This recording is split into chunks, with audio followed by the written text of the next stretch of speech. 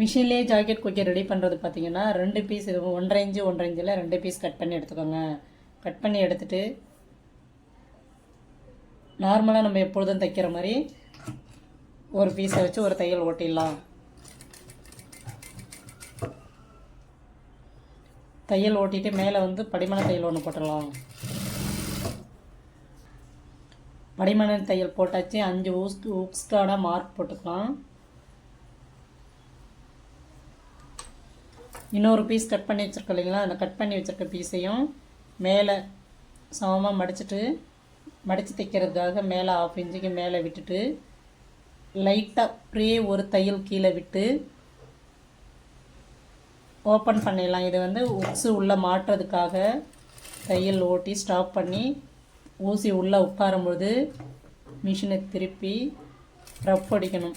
ஒரு 4 தையல் மட்டும்தாங்க, அதுக்கு மேலே போகக்கூடாது. ரஃப் அடிச்சுட்டு கொஞ்சமாக ஒரு 1/4 இன்ச்சுக்கு மேலே வெளியில் தள்ளி பிறகு ஊசி உட்கார வச்சு திரும்பவும் திருப்பி இதே மாதிரி வந்துட்டு ஒவ்வொரு இதுக்கும் ஹோல்ஸ் போட்டு அடைச்சிடலாம். ஊசி உட்கார்ந்த பிறகு திருப்பி மறுபடியும் 5 உக்ஸோடைய ஹோல்ஸுக்கும் இப்படி தாங்க பண்ணணும். லாஸ்ட்டு வரும்போது அந்த பக்கம் வந்துட்டு ரஃப் தையல் அடிக்க வேண்டாங்க, நெக் பக்கம் தான் வந்துட்டு ரஃப் தையல் அடிக்கணும். நம்ம உக்ஸ் இந்த சைடு தள்ளி தான் நம்ம ரஃப் தையல் அடிக்க போகிறோம்.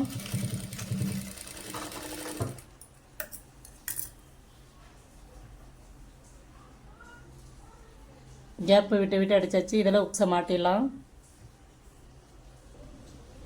எல்லா உக்ஸையும் உள்ளுக்கு மாட்டி விட்டுடலாம். சைடாக வச்சு உள்ளே அவ்வளோதாங்க. இந்த உக்ஸோடைய ஓப்பன் உங்களுக்கு அழுத்தமாக இருந்துச்சுன்னா கொஞ்சமாக மேலே இப்படி எடுத்து விட்டுருங்க.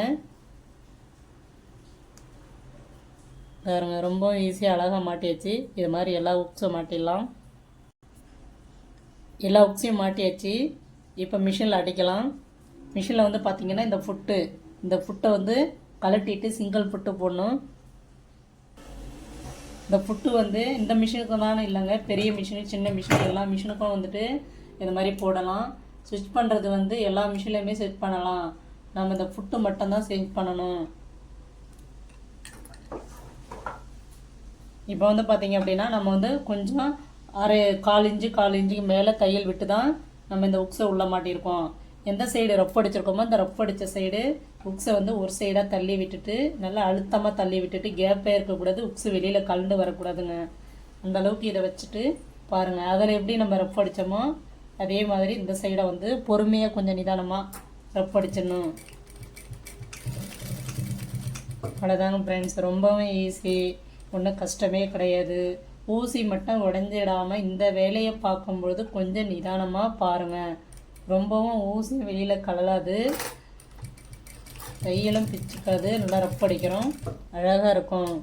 நான் வந்து எப்பொழுதுமே ஸ்டீல் உக்ஸ் தாங்க வைப்பேன். ஸ்டீல் உக்ஸ் வச்சா கொஞ்சம் நல்லாயிருக்கும். சில்வர் உக்ஸ் வச்சாக்க துரு பிடிச்சிரும் கொஞ்ச நாள்லேயே.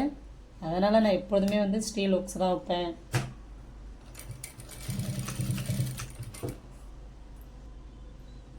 எல்லாமே வந்து ரஃப் அடிச்சாச்சு. உக்ஸு நீங்கள் ஆட்டி பார்த்தா கூட ஆடாதுங்க, அவ்வளோ ஒரு அழுத்தமாக இருக்கும். இந்த உக்ஸோடைய ஓப்பன் மட்டும் டைட்டாக இருந்துச்சுன்னா லைட்டாக லூஸ் பண்ணிக்கோங்க.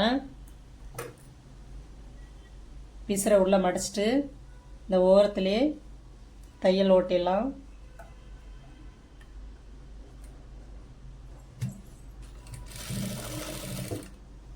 இந்த உக்ஸை ஒட்டி நீங்கள் தையல் ஓட்டிக்கலாங்க. இதில் எவ்வளோ பீஸ் இருக்குதோ அந்த பீஸ் அகலத்துக்கு நீங்கள் அடிக்கணுன்றது கிடையாது. உக்ஸு பக்கத்துலேயே வந்து நீங்கள் தையல் ஓட்டிக்கலாம். பாருங்கள், உக்ஸ் அடிக்கிறது இவ்வளோ ஈஸியான்னு பாருங்கள், எவ்வளோ ஒரு அழகாக இருக்குது. வேலையும் சீக்கிரம் முடிஞ்சிச்சு, கையில் நமக்கு வேலையே கிடையாது. இதை மாதிரி நீங்களும் ட்ரை பண்ணி பாருங்கள். பிடிச்சிருந்தா கமெண்ட் பண்ணுங்கள், என்னன்னு சொல்லுங்கள்.